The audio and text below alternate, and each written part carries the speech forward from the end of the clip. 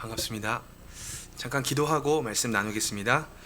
살아계신 하나님 감사합니다. 오늘도 변함없는 사랑으로 우리에게 새 날을 허락해 주시고 새 노래로 주님 고백하게 하시니 감사합니다. 우리가 이 시간 이 자리에 있을 수 있다는 것은 우리가 주님의 소유라는 것이죠. 그 사실이 우리의 일상을 사로잡고 우리의 현실을 뛰어넘는 참된 순례자의 삶, 그리스도인의 고백이 되게 하여 주시옵소서. 감사드리며 살아계신 예수님 이름으로 기도드립니다. 아멘. 조금 전에 읽었던 본문 말씀을 토대로 사랑과 순종이 낳은 평화라는 제목의 말씀 나누도록 하겠습니다. 오늘 본문의 배경은 예수님께서 붙잡히시기 전에 제자들과 함께 나누셨던 최후의 만찬 상황입니다. 그동안 누가복음의 말씀을 통해서 느끼셨겠지만 예수님을 향한 사람들의 관심, 제자들의 기대는 점점 최고조에 다다르게 됩니다. 예수님에 대해 우호적인 마음을 가지고 있는 사람들 뿐만 아니라 경계하고 시기하는 사람들의 마음도 절정에 치닫고 있습니다. 특히 예수님의 예루살렘 입성 장면은 많은 사람들에게 시사하는 바가 큰데요. 예수님을 향해 종려나무 가지를 흔들며 호산나 찬송하리로다 주의 이름으로 오시느니 곧 이스라엘의 왕이시여 하고 외치던 사람들은 예수님이야말로 유다 마카비 또는 다윗 왕처럼 이방의 압제로부터 자신들을 해방시켜줄 강력한 군사적 영웅이라고 여겼을 것입니다. 이를 지켜보던 종교 지도자들의 마음은 어땠을까요? 그들은 예수님으로 인해 흔들리는 자신들의 입지를 생각하며 불안함을 느꼈고 어떻게 해서든지 예수님을 제거해야겠다는 잔인한 마음을 품게 됩니다.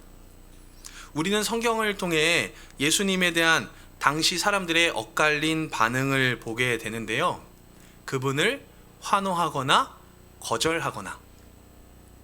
하지만 이들에게는 공통점이 하나 있습니다. 그건 모두가 평화를 바란다는 사실입니다. 그들은 각자의 상황과 입장 속에서 나름의 평화를 고대하고 있어요. 누군가는 강력한 군사적 리더십을 통해 민족의 해방을 바라고 이를 통해 하나님의 구원을 경험하리라 기대했을 것입니다. 또 누군가는 로마 세력과 적절한 관계를 유지하며 제국이 주는 평화를 유지하고 싶었을지도 몰라요. 어쩌면 평화를 향한 갈망은 모든 인간의 본능적 감각인 것 같습니다. 그만큼 우리는 평화가 깨져버린 순간을 살아갈 때가 많기 때문이죠. 기쁨과 설렘으로 시작됐던 예수님과 제자들의 만찬에도 서서히 불안과 긴장이 감돌기 시작합니다. 제자들이 예수님을 따르며 품었던 생각과는 다르게 상황이 점점 불리하게 흘러가고 있어요.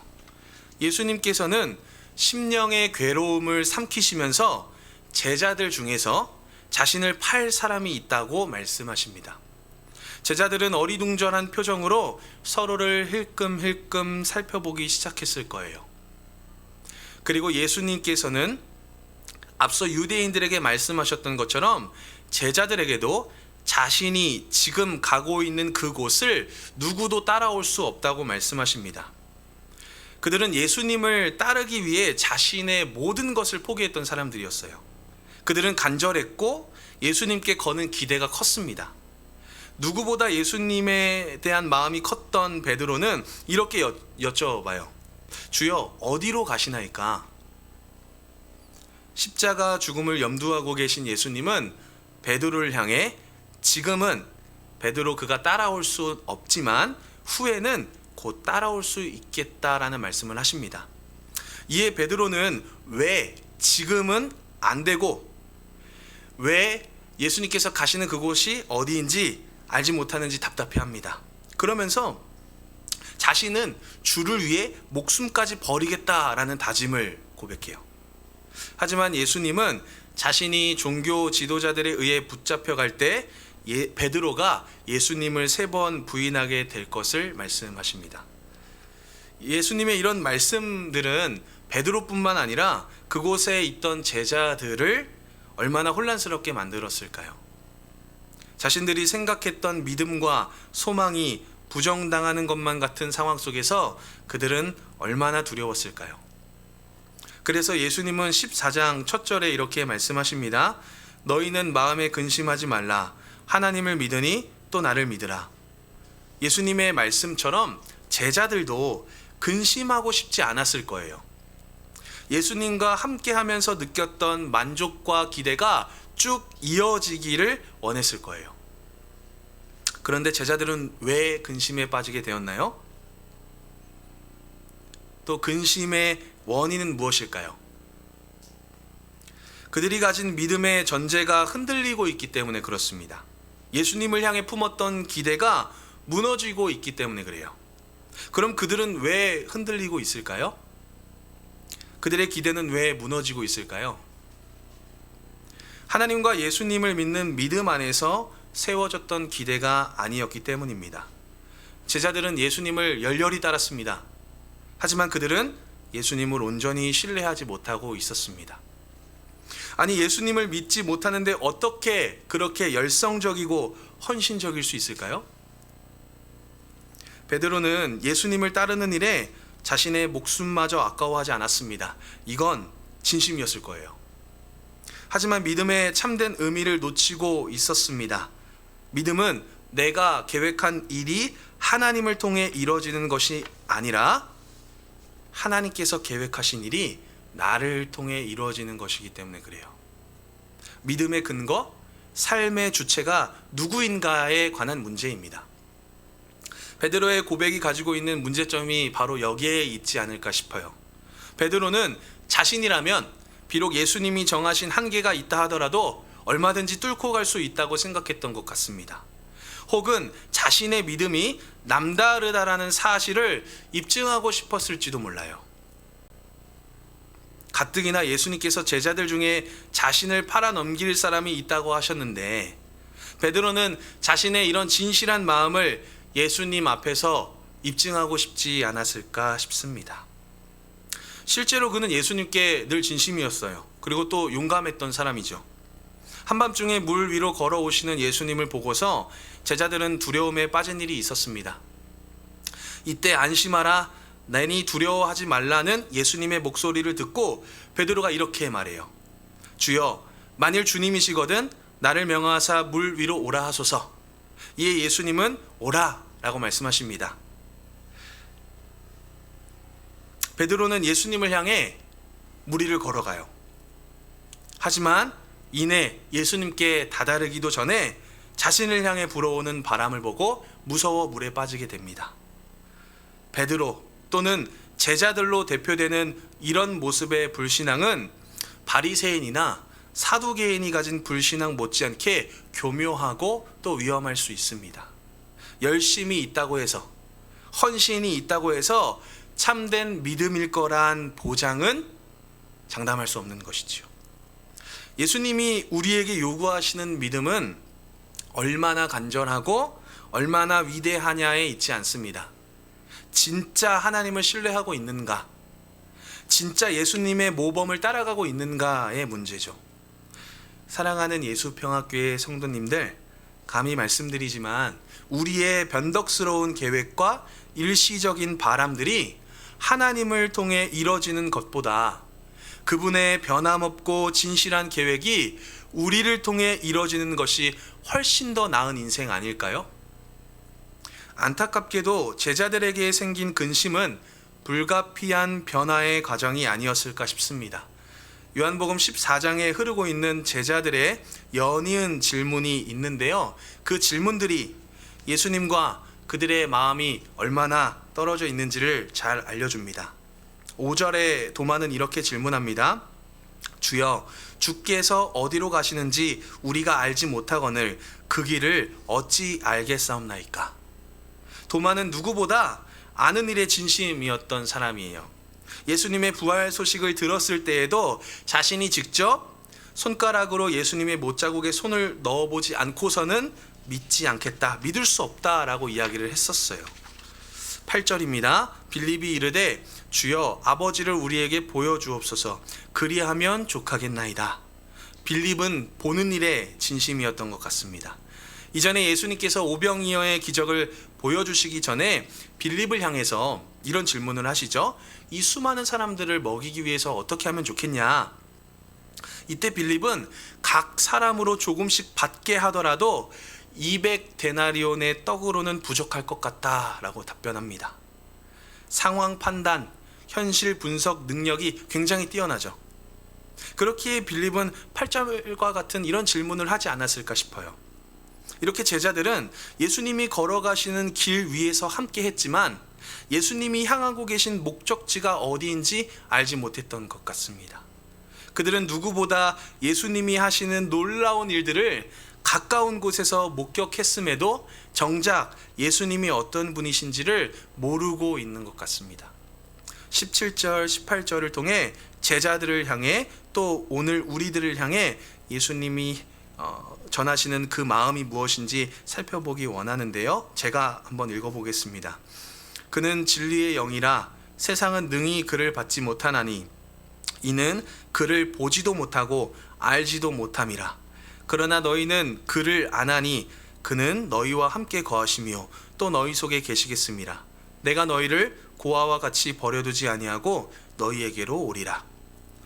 예수님을 통해서 하나님을 보지 못하고 예수님의 향하는 길을 알지 못하는 사람은 진리의 영이신 성령님을 받을 수가 없습니다. 예수님을 통하지 않고서는 우리 인생에서 단 하나뿐인 하나님 아버지를 만날 수가 없습니다. 마찬가지로 예수님을 통하지 않고서는 진리를 가르쳐 주시는 참된 위로자 성령님을 받을 수가 없어요. 모든 관계의 중심에는 예수님이 서 계십니다. 하지만 세상의 중심에 서 계신 예수님을 세상은 모르고 있어요. 자기 땅을 비추고 계신 예수님을 자기 백성들은 알지 못하고 있습니다. 여전히 자신의 한계에 갇혀 스스로 고립된 사람들은 예수님을 발견할 수 없습니다. 예수님을 통한 구원은 단순히 죄 용서만의 문제는 아닐 것입니다. 당연히 죄의 문제를 해결받아야 합니다. 하지만 죄의 실체가 무엇인지 모른 채 죄의 문제를 해결받을 수는 없습니다. 십자가 위에서 예수님이 이루신 구원의 실체가 무엇인지 마주해야 합니다. 죄는 하나님의 자비에 대한 막연한 불신과 이기적인 욕망에 사로잡힌 채 살아가는 마음입니다. 예수님은 공생애의 사역, 특히 십자가 위에서 죽음과 부활의 영광을 통해 우리의 어긋난 시선을 사로잡아 주셨어요. 예수님은 우리의 일그러진 자기 애착으로부터 해방시켜 주셨습니다. 나에게만 향하던 시선과 관심이 예수님께로 옮겨지는 것이 구원이에요. 나의 이야기에서 하나님의 이야기로 옮겨지는 것이 구원입니다. 오늘날은 과거 어느 시대보다 개인의 가치와 존엄이 존중받고 있습니다. 제가 어린 시절에 갖고 있었던 기억 속에서 우리 한국 사회에는 개인의 취향, 상황 거의 고려하지 않았던 것 같아요. 공동체의 목표를 위해서라면 개인의 희생되는 경우들이 참 많이 있었습니다. 조직을 위해서 속된 말로 까라면 까라는 식의 군대식 문화가 사회 전반에 퍼져 있었습니다. 가정에서는 가장을 중심으로, 학교에서는 선생님을 중심으로, 회사에서는 사장을 중심으로, 국가에서는 대통령을 중심으로 이루어지는 일들이 참 많이 있었어요. 한 사람의 취향이나 개성보다는 다수의 목표가 우선시 되었기 때문입니다. 이런 흐름을 기민하게 파악하고 활용하고 있는 곳이 단연 기업이겠죠. 과거에 획일화되어 있었던 공산품과는 다르게 요즘 기업들이 선보이고 있는 상품들은 정말 다양합니다. 특히 유튜브는 사용자의 취향, 선호하는 주제 등을 적극 반영하여 추천해 주고 있는 알고리즘 기술을 통해 많은 인기를 누리고 있습니다. 저는 그동안 집단주의로 인해 희생당하던 개인의 인격이 존중받을 수 있다는 점에서 참 다행이라고 생각합니다. 하지만 지나친 개인주의가 오히려 개인의 참된 존엄을 해치고 있는 건 아닌지 모르겠습니다. 오늘날 대한민국 사회는 그 어느 때보다 갈등 사회입니다. 사회 곳곳에서 일어나는 갈등의 골은 이미 세계 어느 곳과 비교해도 심각한 수준입니다. 정치적 갈등은 말할 것도 없고요. 남녀 갈등, 세대 갈등, 빈부 갈등, 지역 갈등, 부부와 또 부모와 자녀 간의 갈등 뿐만 아니죠. 또 층간소음과 같은 갈등, 주차 갈등처럼 사소해 보이는 일들이 너무 두텁게 쌓여 있다 보니 사회적으로 큰 분쟁과 무리가 되기도 합니다. 오늘날 우리는 이런 갈등 사회를 살아가고 있는데요. 어쩌면 지나친 개인주의, 즉 자신의 취향이나 입장, 상황만을 고집하는 이런 식의 사고가 차이를 좁히고 격차를 줄이는 화합사회의 걸림돌이 되고 있는 건 아닌가 싶습니다. 심지어 교회들조차 자신의 한계 속에 갇혀 더 나은 화해와 평화를 만들지 못하는 건 아닌지 싶습니다. 여전히 자신의 이득과 손해에 갇혀 있는 교회, 자신의 유불리에 따라 신앙의 기준마저 바꿔버리는 교회, 이런 공동체가 과연 예수님의 참된 증인이라 할 수 있을까요? 22절 가룟이 아닌 유다가 예수님께 이렇게 질문합니다. 주여, 어찌하여 자기를 우리에게는 나타내시고 세상에는 아니하려 하시나이까? 앞선 도마와 빌립의 질문을 통해 예수님의 진위를 어느 정도 파악한 유다이지만 여전히 질문이 남아있는 것 같아요. 그건 예수님께서 진짜 하나님의 메시아라면 자신을 세상 한가운데에 알리고 나타낼 수 있어야 하는 것 아닌가의 문제죠. 유다의 이런 생각은 요한복음 7장에 나타난 예수님의 형제들이 가진 생각과 비슷해 보입니다. 요한복음 7장 3절에서 7절 제가 읽어보겠습니다. 그 형제들이 예수께 이르되 당신이 행하는 일을 제자들도 보게 여기를 떠나 유대로 가소서. 스스로 나타나기를 구하면서 묻혀서 일하는 사람이 없나니 이 일을 행하려 하거든 자신을 세상에 나타내소서 하니 이는 그 형제들까지도 예수를 믿지 아니함이러라. 예수께서 이르시되 내 때는 아직 이르지 아니하였거니와 너희 때는 늘 준비되어 있느니라. 세상이 너희를 미워하지 아니하되 나를 미워하나니 이는 내가 세상의 일들을 악하다고 증언함이라. 예수님의 형제들은 예수님께서 이스라엘의 중심인 예루살렘, 유다 지역이 아니라 이 시골 갈릴리에 머물러 있는 것을 못마땅해 한 것 같아요. 예수님의 형제들은 예수님이 자신을 알리기 바라면서도 여전히 이 시골에 머물러 있는 것이 이해되지 않았던 모양입니다. 그들이 이런 식으로 말하는 이유는 분명합니다. 이는 형제들까지도 예수를 믿지 아니함이러라. 그들은 누구보다 가까운 곳에서 예수님과 함께 자라났던 형제들이었습니다. 그러나 정작 그들은 예수님을 가장 모르고 있었죠. 오히려 자신들의 경험과 상식의 한계에 갇혀 예수님을 이상한 존재로 여기고 있습니다. 심각하게는 예수님이 만일 하나님의 아들이시라면 자신들은 뭐가 다르겠는가? 이런 생각을 품지 않았을까 싶어요. 예수님은 이런 식의 생각에 대해 다음과 같이 말씀하십니다. 사람이 나를 사랑하면 내 말을 지키리니 내 아버지께서 그를 사랑하실 것이요 우리가 그에게 가서 거처를 그와 함께 하리라. 나를 사랑하지 아니하는 자는 내 말을 지키지 아니하나니 너희가 듣는 말은 내 말이 아니요 나를 보내신 아버지의 말씀이니라. 여전히 믿음을 오해하고 있는 유다에게 예수님은 참된 믿음을 말씀하고 계십니다. 예수님의 초점은 카이사르나 헤롯 대왕처럼 자신의 이름을 알리고 자신의 계획을 성취하는 것이 아니었습니다. 그분은 오직 하나님 아버지와의 관계 속에서 자신의 존재를 이해하고 설명하고 계십니다. 예수님은 아버지와 자신이 마련한 거처, 그 영원한 처소에 자신이 사랑하고 또 자신을 사랑하는 사람들과 함께 거하기를 원하셨어요. 그리고 이어서 하나님 아버지께서 예수님의 이름으로 보내주실 보혜사 성령님을 약속하고 계십니다.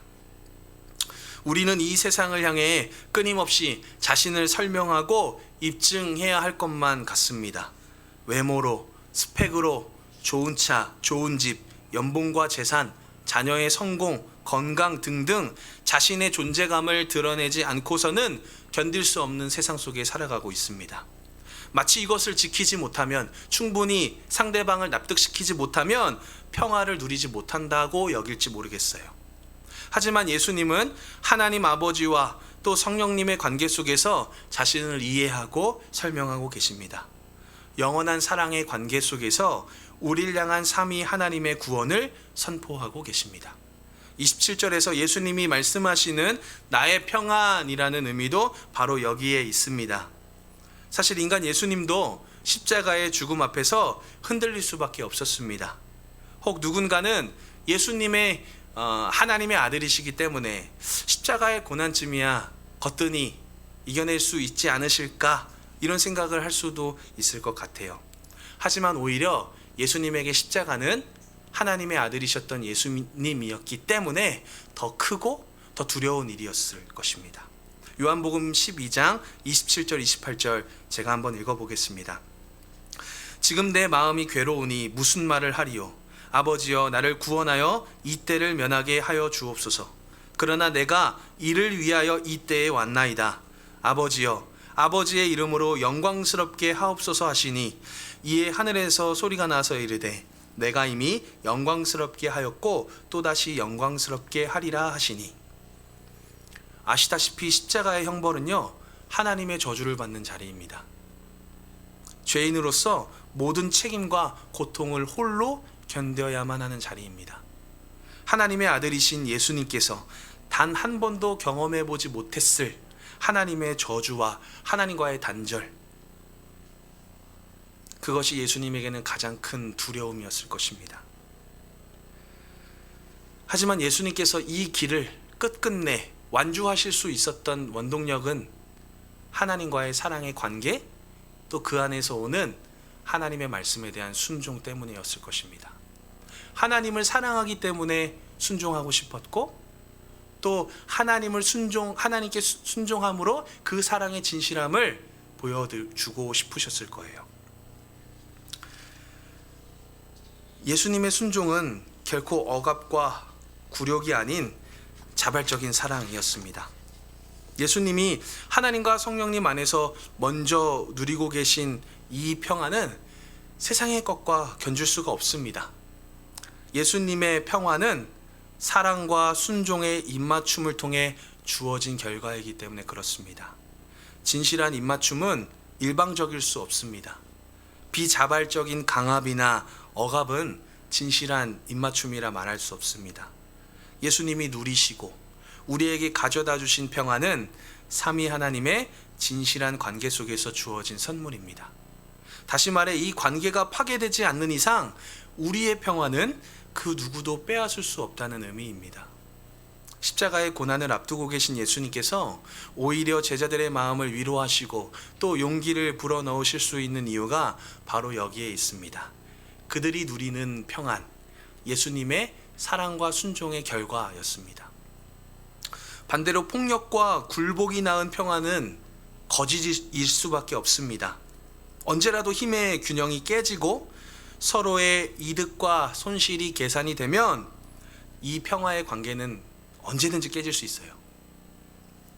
메이드 인 로마의 평화는 모조품에 불과합니다. 세상의 임금이 영원할 것 같으나 그는 예수님을 어떻게 할 수가 없습니다. 십자가의 죽음이 겉으로 보기에는 권력에 의해 억울한 희생처럼 보일지 모르지만 사실 이 모든 과정은 하나님의 구원의 능력이고 지혜였습니다. Made in Jesus, 예수님을 통해 하나님이 만들어내신 평안은 영원합니다. 칼로 만들어낸 평안은 곧 칼로 무너질 수밖에 없지만 예수님께서 수건을 통해 씻겨내신 평안은 그 무엇으로도 바꿀 수 없습니다. 예수님께서 최후의 만찬에서 보여주셨던 사랑의 모습, 누구보다 하나님의 마음을 잘 알고 계셨던 예수님은 제자들의 거친 발을 씻겨 주십니다. 누구에게도 쉽게 내보일 수 없었던 초라한 발, 그동안의 인생의 고된 풍랑과 아픔을 꿋꿋이 버텨냈던 그 발, 예수님은 제자들의 발을 씻겨 주시며 그들의 지난 삶의 의미를 새롭게 만들어 주십니다. 심지어 그 자리에는 예수님을 곧 배반할 가룟 유다도 있었죠. 예수님의 이 치유의 과정, 회복의 과정에는요, 그 누구도 예외될 수 없습니다. 심지어 예수님을 팔게 된 가룟 유다라 할지라도 예수님은 그에게 어김없이 그 사랑을 비추고 계십니다. 이런 사랑을 어떻게 세상 가운데 감출 수 있겠습니까? 물론 가롯이 아닌 유다가 생각했던 그런 방식의 선포는 아니었지만 예수님께서는 정말 이 사랑을 보여주기를 원하셨어요. 31절을 한번 읽겠습니다. 오직 내가 아버지를 사랑하는 것과 아버지께서 명하신 대로 행하는 것을 세상이 알게 하려 함이로라. 일어나라, 여기를 떠나자 하시니라. 지금 예수님께서 이 세상에 보여주고 싶어 하시는 것은 두 가지예요. 오직 내가 아버지를 사랑하는 것과 아버지께서 명하신 대로 행하는 것을 세상이 알기 원한다. 하나님을 향한 예수님이 가지고 있는 그 진실한 사랑과 순종을 세상이 알기 원한다. 이 세상에 가져오는 나의 평안은 하나님을 향한 예수님의 사랑과 순종의 입맞춤이었다. 오늘 우리들에게도 이 평안이 주어졌습니다. 예수님께서 이미 이루신 사랑과 순종의 결과를 통해 우리도 이 평화의 은혜를 경험할 수 있어요. 여전히 내 삶의 문제로, 내 능력의 한계로 좌절하고 무너지는 순간들이 반복되지만 그럼에도 불구하고 예수님은 담대하게 말씀하고 계십니다. 너희는 마음에 근심하지 말라. 하나님을 믿으니 또 나를 믿으라. 이 말을 그냥 있는 그대로 직역한다면 이 두려움의 마음, 근심의 마음을 방치하지 말라라는 의미예요. 그 근심의 마음을 그냥 그대로 두지 말라는 의미입니다. 우리 지난달 레위기의 말씀을 묵상하면서 우리 몸으로부터 퍼져나가는 이 전염성 피부병, 또 옷과 집에 파고 들어가는 그 곰팡이, 이 짜라하트에 대한 이야기를 아마 묵상하셨을 텐데요. 이 짜라하트를 발견하게 되거든, 조금이라도 의심이 되거든, 그가 행동해야 되는 최우선은요, 제사장을 찾아가는 거예요. 아직은 내 몸을 파고드는 이 피부병이 전염성 피부병인지 아닌지는 알 수 없지만 우선은 그것이 의심된다면 제사장을 찾아가는 것이 제일 시급한 일입니다. 그리고 나서 제사장의 판단과 또 꼼꼼히 살펴보는 그 과정을 통해서 이 사람이 겪고 있는 질병이 정말 치명적인 전염성 피부병인지 아닌지를 진단받게 되죠. 우리의 인생을 살아가면서 알 수 없는 연약함과 또 세상의 거센 풍랑을 마주할 때면 우리는 혼란에 빠지기 쉽습니다. 왜 하필 나에게 이런 일이? 이 정도 신앙생활하고 이 정도 헌신하면 그래도 이런 고난은 피할 수 있어야 되지 않을까? 라는 억울한 마음이 들 수도 있어요. 왜 하필 지금 이 타이밍에? 가뜩이나 신경 쓸 일도 많은데 내 존재의 연약함을 직면하게 하시는지 원망이 들 때도 있습니다. 그러나 그럴 때 우리가 할 수 있는 선택은요, 대단한 결단과 무너지지 않는 의지를 갖고 하나님께 나아가는 것이 아니라 우리의 상처투성이 이 두 발을 그저 예수님께 보여드리는 일입니다. 그저 내 창피한, 아무에게도 보여주고 싶지 않은 이 내 환부를 제사장이신 예수님께 보여드리는 일이에요. 그분은 우리의 상처를 공감하지 못하실 분이 아닙니다. 누구보다도 우리의 이 죄의 쓰라린 이 쓴뿌리를 잘 알고 계시는 분이에요. 오늘 우리에게 주어진 은혜는 바로 이것입니다. 위대한 결단과 내 것을 포기하는 어떤 희생, 궁극적으로는 예수님을 닮아가다 보면, 따라가다 보면 그런 열매들이 맺어질 수 있어요. 하지만 그것이 우리의 목적이 아니죠. 예수님을 사랑하기 때문에 그분의 말씀에 순종하고 싶었던 그 과정, 그 여정. 때로는 잘 안 돼서 가슴 아프고 속상하지만 그럼에도 내 발을 씻겨주시는 예수님의 사랑이 너무 선명하기 때문에 우리는 다시 이 길을 걸어갈 수 있는 거죠. 이 상처의 자리를 딛고 일어나 결국에는 그분이 가신 그 길로 서 있을 수 있는 거예요. 예수님께서 우리를 부르시는 자리는요, 더 이상 내 한계, 내 문제, 내 현실에 얽매여 있는 삶이 아니라 하나님이 보여주시는 평강, 이 세상이 흉내낼 수도 없고 이 세상이 감히 빼앗을 수도 없는 그 평강의 자리로 우리를 이끌고 계시는 겁니다. 이제 우리도 예수님을 따라 살아가다 보면 예수님을 향한 사랑과 순종이 우리 주변에 평강을 낳게 될 거예요. 나 한 사람만의 평화를 넘어서서 내 주변의 사람들에게도 이 평화의 열매가 고스란히 전달될 거예요. 그러기 위해선 예수님이 어떤 길을 걸어가셨는지, 또 우리를 위해서 어떤 일을 이루어 주셨는지를 분명하게 볼 수 있어야 합니다. 예수님께서는 애매하게, 모호하게 말씀하지 않으셨어요. 아주 뚜렷한 사랑으로 우리에게 보여주셨습니다. 죄의 실체가 무엇이고 우리가 그것을 어떻게 극복할 수 있는지, 우리의 정체성이 예수님 안에서 어떻게 변화될 수 있는지, 이제는 내 상처의 한계를 넘어서서 누군가의 발을 씻겨줄 수 있는 그 자리로 우리를 부르고 계십니다.